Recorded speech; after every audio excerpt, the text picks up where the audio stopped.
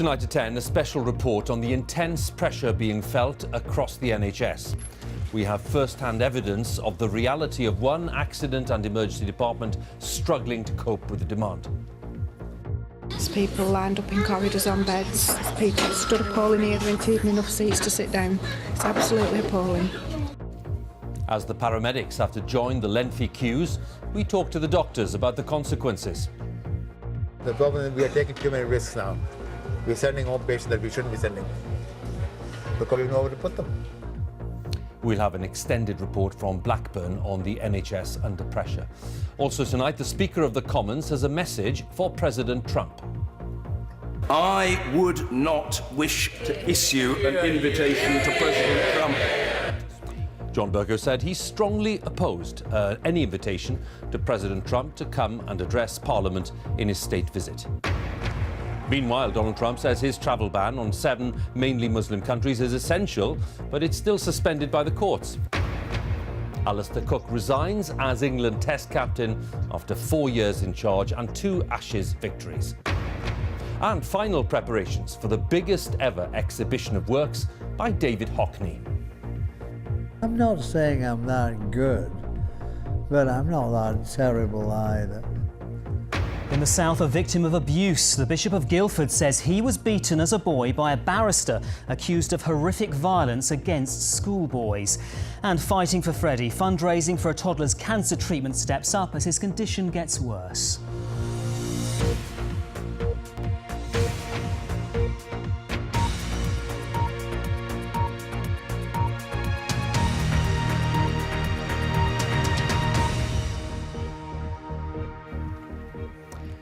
Good evening. We start tonight with new evidence of the immense pressure on parts of the NHS in England, with patient numbers considered unsafe in the majority of hospital trusts this winter. Over the past week, BBC News has been given exclusive access to the Royal Blackburn Hospital. Its accident and emergency department receives more ambulances than any other in the northwest of England. In the first of 2 extended reports, our special correspondent Ed Thomas has been speaking to staff and patients there. Inside the Royal Blackburn Hospital, the BBC was given unrestricted access to witness the pressures facing the NHS. There'll be patients here for 6 and 8 hours. Can't find a bed for them. Queuing for 5 hours in the corridor. It's not what you expect for a country like ours, is it really? We need to get some blood from you. What's it like here when it's busy? Dangerous. Yeah, it's frightening. Are you able to run a blood test? Sunday night, a peak time in this A&E. 95 patients and just 33 cubicles and rooms. The sickest are seen first. We actually have corridor nurses now as well, which shows times are very desperate. The priority is to keep people safe. Across the week, we saw patients treated on corridors and side rooms. I feel as though I'm going to collapse if I don't get laid down. You need a bed. Definitely. It's distressing. It's really distressing for people. How long have you been waiting for? 7 hours. We need beds and staff. It's just like banging your head against a brick wall. You're in hospital, you need some privacy. I mean, I am covered up, but it's not nice. At its busiest, this was the paediatric emergency department. These nurses and doctors are working really hard, but there just isn't enough of them. There's people lined up in corridors on beds. There's people stood appalling here, there ain't even enough seats to sit down. It's absolutely appalling. The amount of babies that are sat on corridors is absolutely ridiculous. Absolutely ridiculous. It's heartbreaking. Is there anywhere for you to sit down? No, the waiting room's full. They just put me here. We've been stood here for 40 minutes. How do you feel about all of this? Frustrated, worried. Is it going to take something drastic for them to act quicker? You used to come, you used to wait a bit in A&E, at least you'd have a seat. Now we're sat in a floor. Yeah, it's worrying. As a doctor, how do you feel when you see babies like that? It's unfair. It's unfair, and it's putting us in under big pressure.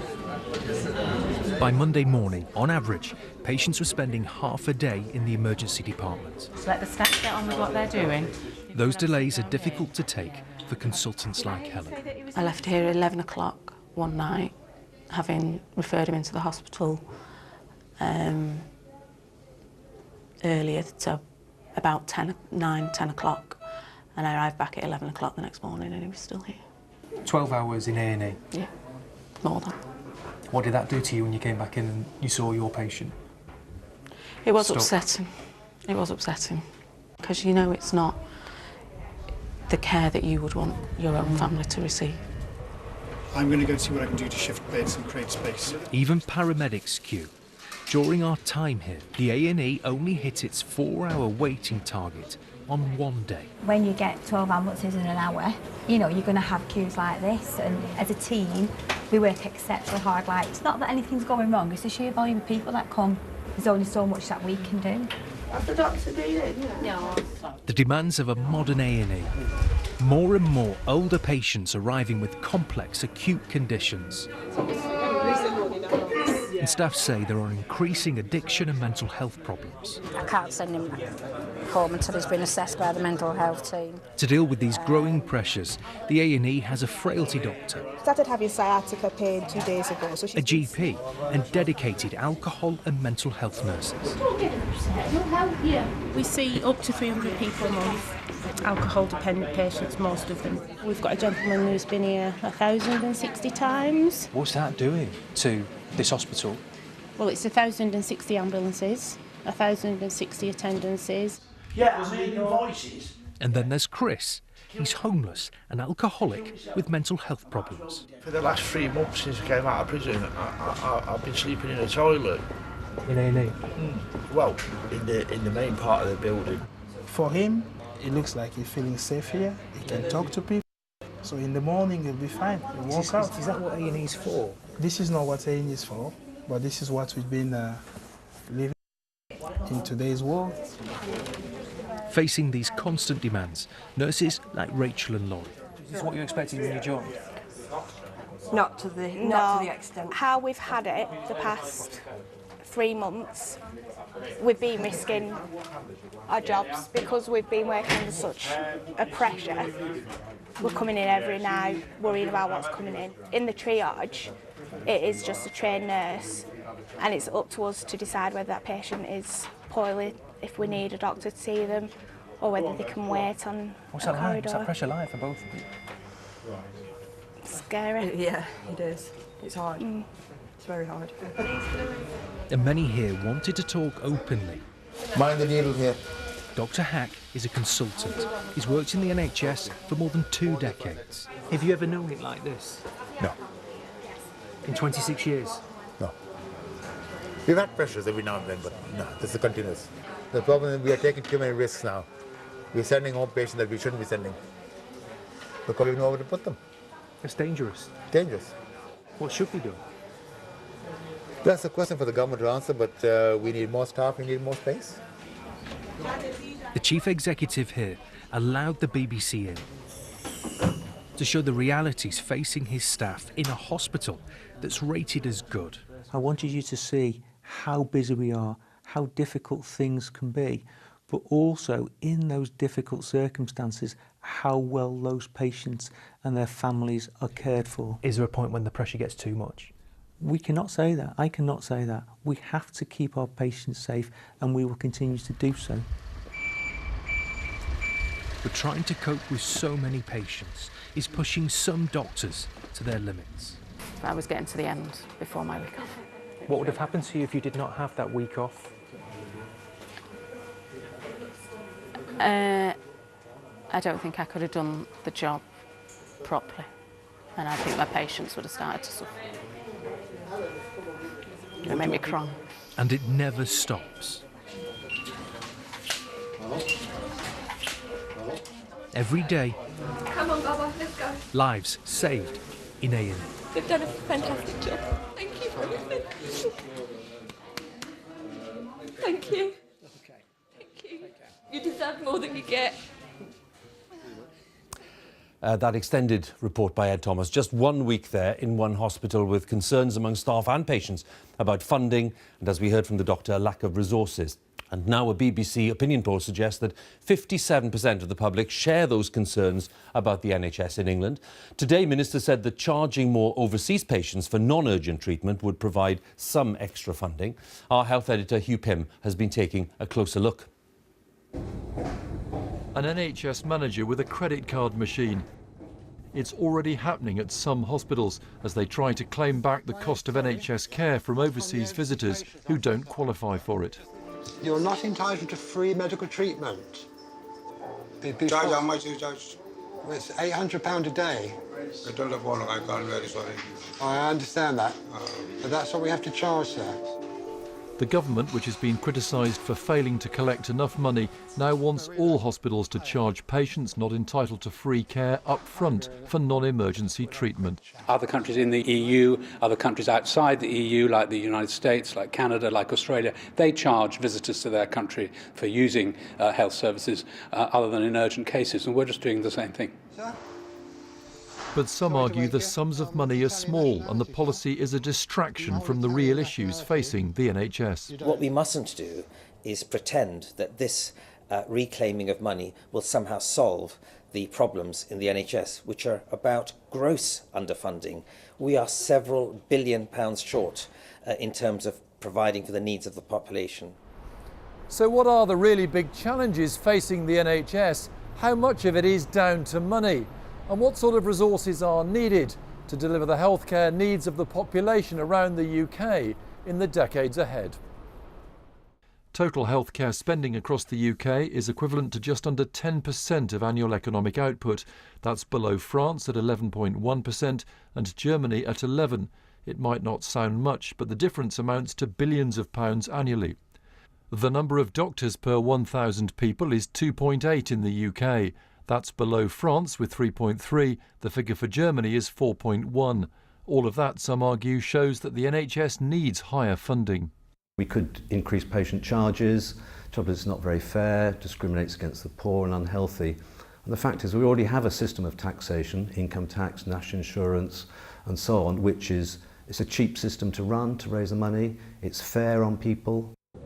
But could the NHS make better use of resources? Here in Yeovil, they're pioneering a new approach. This one-stop shop manages the needs of frail elderly patients to avoid, if possible, costly hospital admissions. So they're seen by the nurses, a consultant, a junior doctor, a pharmacist, an occupational therapist, and if they need to see a nurse specialist, diabetes, respiratory, we will call them into the unit, so they're seen in one place.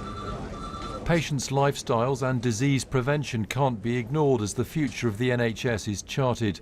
That process may be different in Scotland, Wales, England and Northern Ireland as they make their own decisions on policy.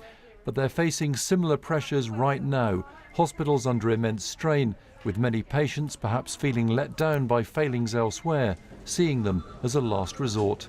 Hugh Pym, BBC News. And by the way, if you want to find out more, you can visit bbc.co.uk/health. And there is a section there called NHS Health Check. And there you can compare the performance of the NHS in England, Scotland, Wales and in Northern Ireland. Now, the Speaker of the House of Commons, John Bercow, has expressed his strong opposition to any plans for President Trump to address both Houses of Parliament when he makes his state visit to Britain, probably later this year. Mr Bercow said his opposition had hardened following Mr Trump's decision to impose a travel ban on 7 mainly Muslim countries. Our political correspondent Vicky Young has the story. It's an honour that's been bestowed on popes and presidents. A speech to both Houses of Parliament in the splendour of Westminster Hall was part of the itinerary for these dignitaries when they visited Britain. But the same invite may not be coming President Trump's way. In an astonishing intervention, the Commons Speaker said recent decisions by the President had made him uneasy about issuing an invitation. I feel very strongly that our opposition to racism and to sexism and our support for equality before the law and an independent judiciary are hugely important considerations in the House of Commons. Rare applause from SNP and Labour MPs who've been highly critical of the American president. Donald Trump has got to go! And that anger brought anti-Trump demonstrations to the Prime Minister's door after she invited him on a state visit later this year. For us to roll out the red carpet at Buckingham Palace, or indeed to invite him here to speak to us in a grand occasion of both houses, sends out all the wrong messages. That's why Mr. Speaker Bercow has called it right today. The Speaker of the Commons is a powerful figure who has a say in who addresses MPs. He's independent of party politics and is supposed to represent the whole House. Tonight it's clear that some are unhappy with his outburst. I think the Speaker of the House of Commons should be neutral. To have expressed political opinions the way that he did today devalues this great office, is insulting to President Trump. Generally, the Speaker, who's meant to referee all of this, should keep himself above that. So I think that's to be regretted. But it is a symptom of the controversy around this visit. The Prime Minister has been trying to forge a close partnership with the new president in Washington, saying today that the government should engage patiently and constructively with his administration. While Theresa May has launched a charm offensive towards President Trump, John Bercow has suggested he's unfit to come here and speak to MPs and peers. Many agree with the Speaker, saying he's simply upholding the values of Parliament. But others think Mr Bercow has completely overstepped the mark. I invite you, Mr. President, to address us. And Tory MPs are pointing out that Mr Bercow has in the past welcomed leaders to Parliament whose values Britain doesn't always share. Vicky Young, BBC News, Westminster.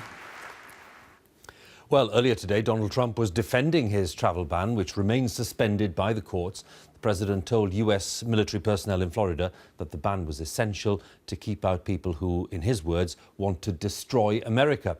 Some of the biggest US companies have now signed a joint legal statement arguing that the ban would inflict significant harm on business, as our North America correspondent Nick Bryant tells us. President Donald J. Trump. America's new commander-in-chief receiving a standing ovation from the troops now under his control. His speech at this military base focusing on the terror threat to the American homeland and defending his controversial travel ban that's been blocked by the US courts. We need strong programs so that people that love us and want to love our country and will end up loving our country are allowed in. Not people that want to destroy us and destroy our country. God bless America. Last night it was Lady Gaga who was centre stage, and she kicked off her Super Bowl halftime show with God Bless America. Stand beside her. A patriotic song written by a Jewish immigrant. She didn't make an explicit political statement, but was this high-profile Hillary Clinton supporter sending a message to Donald Trump? One nation, under God, indivisible, with liberty and justice for all. Welcome to America. You don't want it here. Go back home. Even the adverts last night seemed loaded. This pro-immigration message from the brewers of Budweiser depicted the arrival of one of the company's founders from Germany. It's prompted calls for a boycott from some Trump supporters. This is the beer we drink. Corporate America has also weighed in on the travel ban. Around 100 major technology firms, including Apple, Google and Facebook, have filed a legal brief arguing it would make it more difficult to recruit employees. American arrivals halls for now remain places of family reunions, and immigrants from the mainly Muslim countries hit by the travel ban continue to enter the country, knowing the door opened by the legal challenge to the executive order could soon be shut if appeals judges side with President Trump. Thank you for every single person trying to help me bring my kids back. I'm so happy, I'm so glad. And this is America. America is for everybody. For everybody. Thank you, thank you, thank you. The question at the centre of this legal showdown has huge implications. Just how much power does the president wield in deciding who comes to this country? Now, the White House has said in the past few minutes it's very confident that the president will prevail because the law is clearly on his side. Now, the appeals court is in San Francisco, but whatever its ruling, the case is sure to come to the US Supreme Court here in Washington. for what's already shaping up to be one of the landmark rulings of the Trump years. Nick, thanks very much. Nick Bryant for us there at the Supreme Court in Washington. Let's have a brief look then at some of the day's other news stories now. The inquest into the murder of 30 British holidaymakers in Tunisia 2 years ago has been told by a survivor that a travel agent had assured him that the resort was 100% safe. The attack by an Islamist gunman came 3 months after tourists were killed at a museum in the country's capital. A holiday company representative has denied giving a safety guarantee. A 19-year-old man has admitted killing an American tourist and wounding 5 other people in a series of stabbings in central London last August. Zakaria Bulhan, who's from southwest London, pleaded guilty to the manslaughter on the grounds of diminished responsibility. A court at the Old Bailey heard he was suffering an acute episode of mental illness at the time of the attacks. A man who was jailed for murdering a police officer and dissolving his body in acid has been found dead 3 months after his conviction. Stefano Brizzi was sentenced in December to a minimum of 24 years in prison for the murder of P.C. Gordon Semple. Yesterday, his body was discovered in his cell at Belmarsh High Security Prison in London. The Israeli parliament has passed a law which legalises around 4,000 homes for Jewish settlers that have been built on privately owned Palestinian land in the West Bank. It's the latest in a series of controversial steps taken by Israel's government since the election of Donald Trump as US president. Now, in France, the centre-right presidential candidate François Fillon has apologised for employing his wife and children at public expense, admitting it was a mistake. But in a news conference, he denied allegations that his wife Penelope did no work, despite being paid hundreds of thousands of euros. Opinion polls suggest that the claims have severely damaged Mr. Fillon's chances of becoming president. Let's talk to our correspondent Lucy Williamson, who's in Paris. Talk today of relaunching his campaign, Lucy, but what's your sense of how much of this damage he's repaired? Well, the fact that he made this appearance today tells you that he knows it's serious. He came, he smiled, he apologised, he said that he accepted that public expectations of politicians had changed.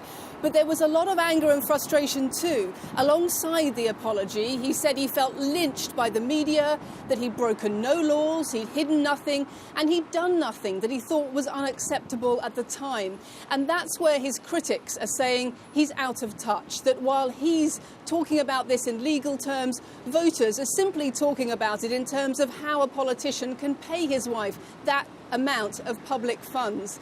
And so I think over the last few days, it's really felt as if some local support has been drifting away from François Fillon. Today's appearance was a last-ditch attempt to pull that back. Lucy, once again, thanks very much. Lucy Williamson there for us with the latest on the presidential race in France. Let's talk about the cricket, and Alistair Cook has resigned as England Test captain after nearly 5 years in charge. The Essex batsman, who led his country to Ashes victories in 2013 and 2015, said that stepping down had been an incredibly hard decision, but he knew it was the right one for him and for the team. He intends to carry on playing for England, as our sports editor Dan Rowan reports. Winning the Investec Ashes Series 2015, England! As a batsman prolific, Alistair Cook's legacy as captain is less clear. There were historic highs. Few men, for example, lead England to 2 Ashes triumphs, but also plenty of lows, and the most recent, a humbling defeat in India, proved the final straw. In a statement today, Cook said, "Stepping down has been an incredibly hard decision, but I know this is the correct decision for me at the right time for the team." The man he replaced as captain and then reported to told me that Cook had simply had enough. Deep down, he was getting drained by the I suppose the relentlessness of being England captain. You're the only one who knows how much all the many demands of being England captain, how much that's taking out of you. And Alistair was honest about that, and he feels it's time for some new blood, some new impetus. England's longest-serving captain, Cook led the team in a record 59 tests. Despite the burden of opening, he scored almost 5,000 runs as skipper. He won just over 40% of the matches he captained. Not the best record, but better than most of his predecessors. He's worked feverishly hard on his technique throughout the years to improve that technique, and we see, a fantastic Test cricketer, the rock of the England batting for the last decade. Like his batting, Cook was cautious as a captain, sometimes appearing a reluctant leader. A chastening Ashes defeat in 2015 led to a very public fallout with Kevin Pietersen. Cook, as ever, battled on, but since then England have become inconsistent and now need a fresh start. Alastair Cook, standing down as captain, has left England with a big decision to make. The team's next home test series is here at Lord's in July, and then later this year there's the Ashes away in Australia. So the ECB now have to decide who is the right man to lead England into a new era. The heir apparent has always been Joe Root, but whoever steps into the role, he'll be well supported by England's highest ever run scorer and one of the country's most respected sportsmen. Still just 32, Cook's time as captain may be over. His time at the crease could continue for years to come. Dan Rowan, BBC News. A PR company representing David Beckham has confirmed to the BBC it was subject to a blackmail attempt by hackers threatening to leak Beckham's personal emails. The Daily Mirror says the private messages in which the former player allegedly complains about not being awarded a knighthood were published after the firm refused to hand over a six-figure sum. A spokesman for David Beckham says that the emails were tampered with and deliberately inaccurate. Our media editor Amal Rajan has the story.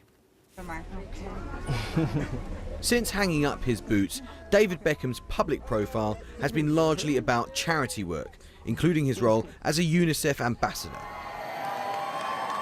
After playing a key role in the London 2012 Games, he wasn't the only person who thought he might be knighted the following year. But the knighthood never came. Now, hacked emails appear to show his anger. It is claimed that David Beckham wrote to his PR representative, "They're a bunch of expletive. I expected nothing less," he is alleged to have said. Who decides on the honours? And it is a disgrace, to be honest, and if I was American, I would have got something like this 10 years ago. Beckham's team say the emails have been doctored. Some of this morning's papers were unsparing in their headlines, giving Brand Beckham a battering. I think most people felt that he did deserve a knighthood. But the Daily Mirror, which has worked with him on charity projects, leapt to Beckham's defence. I can't really see what David Beckham's done wrong. He clearly was upset about not receiving a knighthood, but then the whole of the media predicted he would get one. He worked very hard to bring the Olympics to London, and he works incredibly hard for charity. Newspapers used to determine the public narrative about the likes of Beckham, but social media has changed the game. Now celebrities can use new digital platforms to speak directly to the public and try to manage their own image. Over the weekend, David Beckham's son posted this intimate photograph on Instagram, perhaps with his father's approval. Alan Edwards is one of Britain's leading PR executives. He worked closely with Beckham for over a decade. And I think it's really an ebb and a flow. I mean, David's had wonderful publicity for a very long time, and I guess this is a moment. It's the laws of the universe, but I'm sure he'll sail through it. Newspapers may not be the force they once were, but negative front pages are bad news for a brand as big as David Beckham's. It will take a fresh dose of old-fashioned PR to undo any damage. Amal Rajan, BBC News. The Queen has become the first British monarch to reach a sapphire jubilee, marking 65 years on the throne. A portrait of Her Majesty, taken a few years ago by the British photographer David Bailey, has now been reissued for the anniversary. And to mark the occasion today, there was a 41-gun salute in London's Green Park and other salutes around the UK. The Queen spent the anniversary of her accession, as she does every year, at her Sandringham estate in Norfolk. Now, final preparations are being made for the largest ever exhibition of art by David Hockney, one of Britain's most influential artists. It opens to the public at Tate Britain in London this week, and it features more than 250 pieces, including paintings and drawings and photos and videos, tracing his work from his student days back in the 1960s. David Hockney has been talking to our arts editor, Will Gompertz. It's all about looking. How do we see? Do we see like photographs? No, we don't, I don't think. Photographs see geometrically. we must see psychologically, mustn't we? Do you recognise the artist from these early years with the artist today? Yes, yes, I do. Yeah, I mean, when I'm painting, I always think I'm 30. Did you ever feel under pressure during your career to have a different style, to not do figurative work? Well, I never felt pressure, no. I always did what I wanted to do. That's what I've done every day of my life, every day of those 64 years. I've done what I wanted to do every day. Can you pick a work out which you were less pleased with? One in the exhibition you go, well, that was maybe not my finest hour. Not my finest hour. In your opinion? I don't think there's any in the show that I would say are absolutely terrible. I mean, I'm not saying I'm that good, but I'm not that terrible either. What makes a good picture? We don't know, because if we knew, there'd be a lot more memorable pictures, wouldn't there?